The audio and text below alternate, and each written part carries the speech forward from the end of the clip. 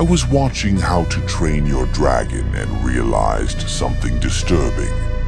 Did you know Toothless tried to unalive Hiccup 3 different times?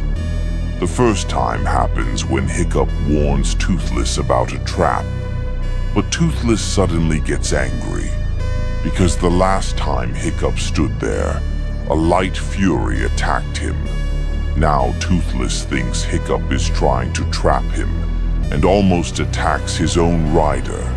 The second time is even worse, when Drago takes control of Toothless using the Alpha Dragon. Toothless fires a kill shot straight at Hiccup. And the final one happens in the hidden world, when Hiccup returns to see Toothless. Toothless doesn't recognize him anymore.